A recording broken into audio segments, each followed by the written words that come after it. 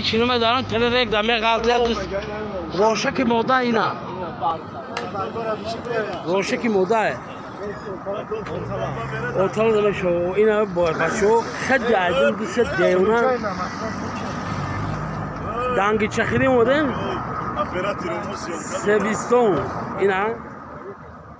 با اخمق شدم عجیب دوست اخمق اومده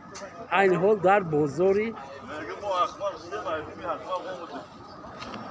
این حال ما اخمق شدم عجیب دوست اخمق اما دانگارو اومده سبیستون رازجون یک جو اینم جو دانگیچا ولی دو بناور میگیرین ثبت نور کردن در شما پیشنهاد میکنیم برنامه ما رو پیگیرو باشید ما از این دست اخمق اومدگی ما اینجا 200 کیلومتر از این دست اخمق اومدگی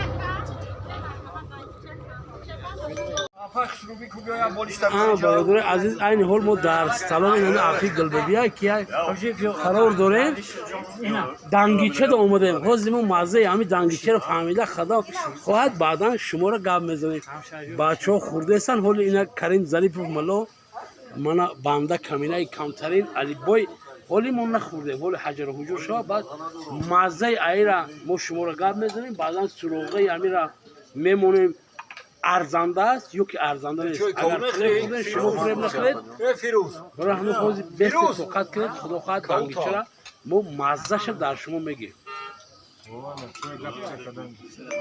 اینا دوستان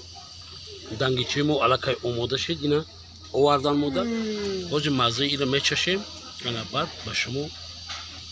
کار میزنیم که آیا همیشه اومدن فریب میخورید یا که خوراک با مزه بسم الله الرحمن الرحیم